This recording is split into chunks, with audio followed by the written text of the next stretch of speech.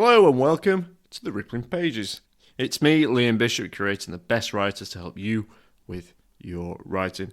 And I'm here with another edition of Rippling Points. That's extra bonus content from last month's show. And I was with Marni Appleton discussing her short story collection, I Hope You're Happy, published by the Indigo Press. And that's a little bit more insight and a little bit more inspiration into the craft of writing. In this snippet, you're going to hear Marni talking about, of all people, Taylor Swift, who provides an epigraph to her stories. It leads to a conversation about who and how gets to control the narrative over their lives and their persona. You'll then hear us talking about the idea of positivity and productivity. It's all through the lens of social media and ideas of wellness that seem to permeate in that world. But the reality is not always what it seems. Of course, if you enjoy this episode or any other episode of the Rippling Pages, we've got quite a catalogue now. Please feel free to like, follow, share, subscribe, or even just tell your friends and family about the show. Another character who in the world who I find super interesting is Taylor Swift, who is one of the epigraphs to my collection as well. But she is somebody who has managed to keep reinventing herself to stay relevant. But I think what's so fascinating about that is she has had to reinvent herself. She can't just stay as she is, bringing out like presenting in the same way. She's had to present in very different ways, and without that and without all the the PR crises and all that sort of thing, would she still be relevant, and would we still be interested in her even if she was bringing out really good music? I don't really know. I really don't want to be speaking about Taylor Swift because it's something I'm really not qualified to do, but it just these really bold similes. Snow on the beach. There's a reason she's chosen that. Do you know what I mean? I don't know. I find Taylor Swift fascinating because I do think that she is a great lyricist. She's a incredible songwriter. Yeah. But I think a large part of her fame and success is actually nothing to do with her music. It's to do with the mythos of Taylor Swift, the whole at the VMAs when Kanye West came and took her award away from her, and then she had the whole feud with them, and this kind of story, and people wanting to back her and thinking that she represents feminism, which she doesn't,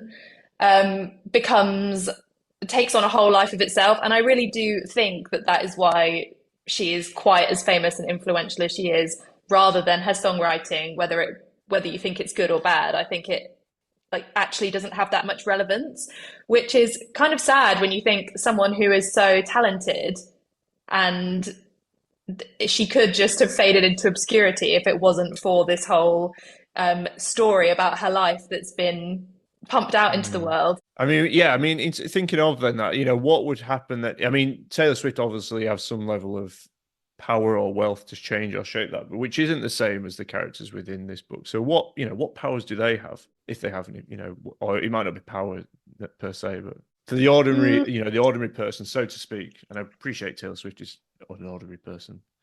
But, what does the ordinary person have? What tools do they have? No, I think that obviously Taylor Swift has got vast amounts of wealth and fame and fans and all this sort of stuff, which the ordinary person doesn't have. However, all of the characters in the story have got power to change things in a small way in their lives. Like they're all quite young. They're all able-bodied and that sort of thing. They can go out into the world, and most of them have sexual experiences, so they can go out and they can choose to do those things, and they do make those choices. But some of them perceive those choices as choices, and some of them perceive them as things that just happen to them. And so, in a sense, I suppose, when thinking about how we feel about things, that does kind of shape whether you have power or not. But whether it's real or not is another question. But whether you feel in control of what happens in your life is partly to do with how you approach it. So that's a kind of power that we all have. Well, I say all of the characters in the story have. And yeah, that is just how they deploy that and approach that in different ways that I'm really interested in.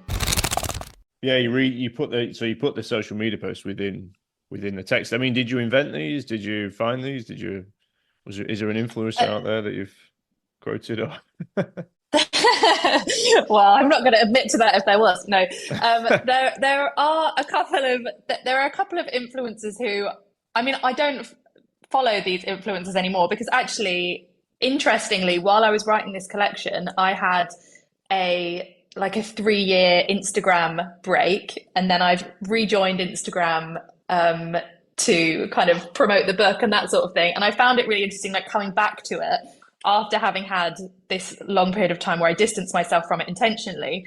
But before I, quit Instagram 3-ish years ago, I did used to follow some of these positivity, like wellness influencers, and just kind of observe the kinds of things they said, getting up early. Like, why is that inherently good? And also, there's this big focus on, I guess the reason that getting up early becomes seen as something that's so good is because of the focus on productivity. Like, how much you can do in a day justifies your value as a human being in the world. So if you get up early, you're probably, doing more than a person who doesn't get up quite so early. But when you actually strip them back, you're like, it doesn't mean anything whether you get up at 5:30 or 7:30 or 10:30. Like, it doesn't affect your productivity necessarily. And it also, I don't really believe that productivity is a reflection of someone's value in the world anyway, but that's another topic. Yeah, well, I mean, you've got to get up early. They've got to get up early to make all these videos, obviously. But I mean, don't get me wrong. Don't get me wrong. I like getting up early, and I like just the way I like to work. But I think I do post things on social media, not about getting up early. We Getting need out we of bed need your first, daily routine on we need your daily routine and your breakfast on your Uh, Instagram now. oh man, but yeah, I mean, but there is a cultural phenomenon, isn't there, around, as you sort of say, in positive vibes around the images we create and the way that we have to do that and the mechanisms that do that. And yeah, the functions of ideas of productivity and who you are in the world. And it's a specific, I think it's a specific cultural idea, isn't it? I think.